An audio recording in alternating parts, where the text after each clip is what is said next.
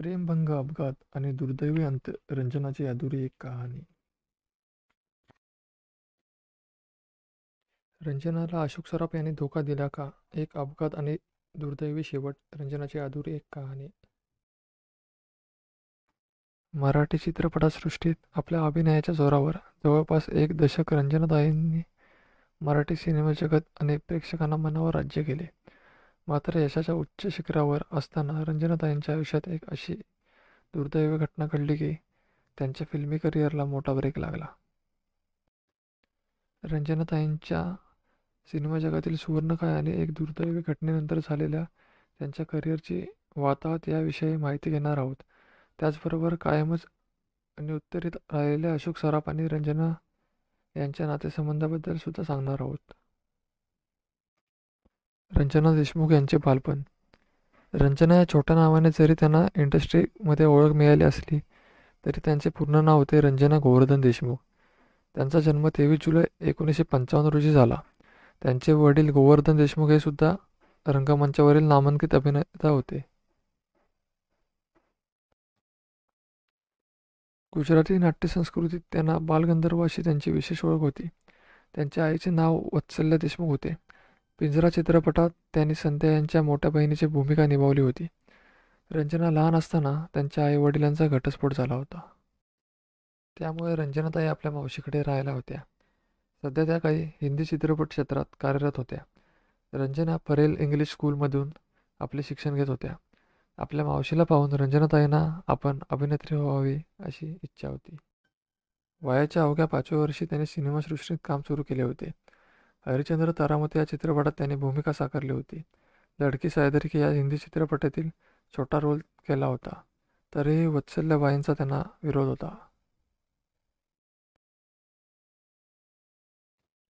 रंजना यांना या क्षेत्रापासून दूर ठेवण्यासाठी महाविद्यालयीन शिक्षण घेत असतानाच त्यांना एका नामांकित इन्स्टिट्यूटमधून secretary, beauty parlour, baking, catering असे वेगवेगळे कोर्स करायला लावले.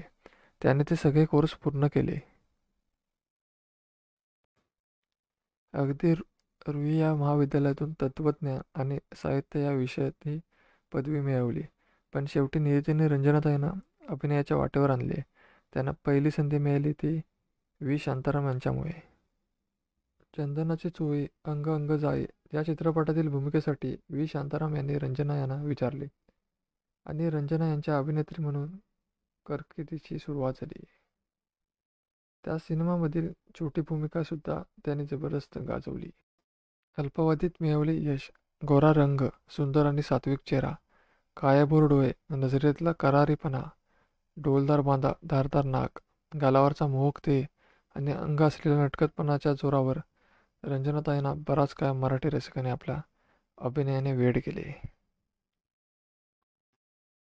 जितक्या सहज लोकांना त्या रडवायच्या तितक्या सहज लोकांना हसवायच्या सुद्धा. व्ही. शांताराम यांनी त्यांच्या झुंज या सिनेमात रंजनाताईंना मुख्य नायिकेची भूमिका दिली. त्या सिनेमातील ग्रामीण शाळेतल्या शिक्षिकाची भूमिका त्यांनी साकारली. हा चित्रपट देखील हिट झाला. त्यानंतर रंजनाताई काय ताकदीच्या कलावंत आहेत याची सर्वांनाच खात्री पडली. पुढे 31 डिसेंबर 1976 रोजी रंजना यांची मुख्य भूमिका असणारा असला नवरा नको ग बाई हा सिनेमा प्रदर्शित झाला. त्या सिनेमात राजा गोसावी या कसलेल्या कलाकारासोबत त्यांनी साकारलेली टिपिकल शहरी तरुणीची भूमिकासुद्धा खूप गाजली. लोकांनी तो सिनेमा डोक्यावर घेतला. रंजनाताईंच्या करिअरला खऱ्या अर्थानं कलाटणी मिळाली. पुढे गावातील स्त्री आणि इंग्रज अधिकारी यांच्या संबंधामधून जन्माला आलेली आणि समाजाने नाकारलेल्या मुलीची भूमिका त्यांनी साकारली. याचवेळी सुशीला चित्रपटात शिक्षिका ते खुनी ही भूमिका कौतुकास पात्र ठरली. भुजंग चित्रपटात भस्मया झालेल्या खादाड भुजंगराव उर्फ नूर फुलंच्या त्रासलेल्या बायकोचा रोल सुद्धा त्यांनी उत्तम पद्धतीने केला. अरे संसार संसार या चित्रपटातील तरुण सून, नंतर 3 लेकरांची आई, मग वयोवृद्ध आई अशी ही भूमिका त्यांनी लिलिया पेलली. कुलदीप पवार, अशोक सराफ, रीमा लागू, मोहन गोखले, दिनकर इमानदार, अलका इमानदार यांच्यासोबत त्यांनी अरे संसार संसार हा सिनेमा सुपरहिट करून दाखवला. गरीब शेतकऱ्यांच्या खांद्याला खांदा लावून उभी राहणारी बायको, नवऱ्याचे मृत्यूनंतर मुलीसाठी हिंमत दाखवणारी आई आणि म्हातारपणी घरादाराची वाताहत होऊ नये म्हणून जीव तोडणारी गरीब सासू असा वयोवृत्व बदलत जाणारी स्त्रीचा प्रवास रंजनताईने एका चित्रपटातून उलगडून दाखवला. तो त्यांचा बेस्ट परफॉर्मर होता आणि त्याची दखल घेऊन महाराष्ट्र शासनाने त्यांना सर्वोत्कृष्ट अभिनेत्रीचा पुरस्कार सुद्धा दिला. त्यानंतर रंजनाताई पुन्हा उठून दिसल्या त्या म्हणजे मुंबईचा फौजीदार या सिनेमामधून. झालेल्या रवींद्र महाजन यांच्यासोबत त्यांनी खेडवय बाई ते सुशिक्षित स्त्री असा प्रवास रंजनाताईने लोकांसमोर नेमका मांडला. रंजना अशोक सराफ जोडी.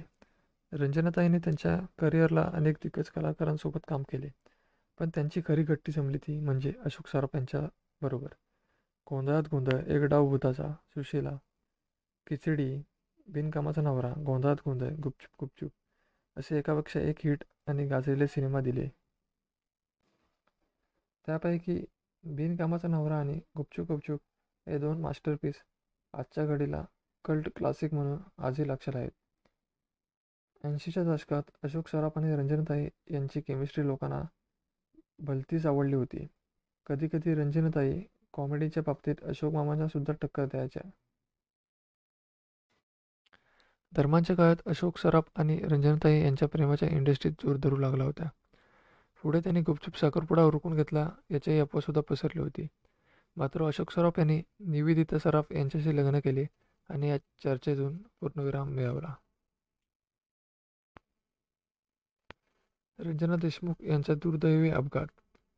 अजूनही सिनेमा रसिकांच्या असे मानणे आहे की 1987 साली रंजनाताईंचा जो भयंकर अपघात झाला त्यानंतर त्यांच्यातले नाते खऱ्या अर्थाने संपत गेले. झुंजार या चित्रपटातून शूटिंगच्या दरम्यान रंजनाताई मुंबईहून बेंगलोरला जात होत्या. त्यावेळी त्यांच्या गाडीला मोठा अपघात झाला आणि त्या अपघातात त्यांना आपले दोन्ही पाय गमावायला लागले. त्यांना कायमचे अपंगत्व आले. त्या अपघातातून रंजनाताई शेवटपर्यंत सावरू शकल्या नाहीत. हा धक्का त्यांच्यासाठी आणि संबंध मराठी सिनेमासाठी हा प्रचंड आघात करणारा होता. अपघातानंतर रंजनाताईंचे आयुष्य बदलून गेले. मराठी पडद्यावर राज्य करणारी चुलबुली रंजना आता व्हीलचेअरवर होती. याचवेळी अशोक सराफ रंजना यांच्या आयुष्यातून कायमची निघून गेली. अशोक सराफ यांनी आजपर्यंत त्या विषयावर कधीच भाष्य केले नाही. अपघातानंतर रंजनाताईंचे एका नाटकात आपल्या मनातल्या भावनांनी मोकळी वाट करून दिली होती. ते नाटक स्वतः त्यांच्याच आयुष्यावर आधारित असलेल्या बोलले जाते. व्हीलचेअरवर असलेल्या स्त्रीला तिचा प्रियकर सोडून जातो अशा कथाकथेचे ते नाटक होते आणि त्या नाटकात स्वतः रंजनाताईंनी अखेरची भूमिका केली होती. त्यानंतर रंजनाताईंच्या फिल्मी करिअरला कायमचा पूर्णविराम लागला. आता अशोक सराफ आणि रंजनाताई यांच्यातील प्रेमाची चर्चा किती खरी होती हे माहीत नाही. रंजनाताईंचा शेवट. त्यांना शेवटच्या काळात खूप त्रास सहन करावा लागला. अक्षरशः व्हीलचेअरवर बसून किंवा बेडवर त्यांना दिवस काढावे लागले.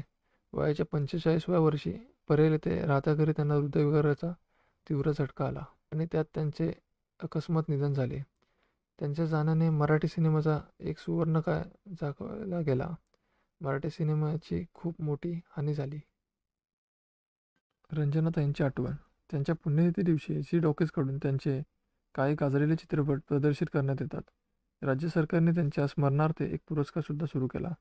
पण त्यांच्या कलाकृतीच्या माध्यमातून रंजनाताई लोकांच्या मनात कायम जिवंत राहिल्यात हे मात्र नक्कीच.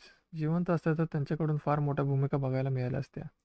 त्यांच्या जाण्याने मराठी सिनेमाचे कधीही भरून न निघणाऱ्या नुकसान झाले. खऱ्या अर्थाने मराठी सिनेमाची सुपरस्टार गमावली.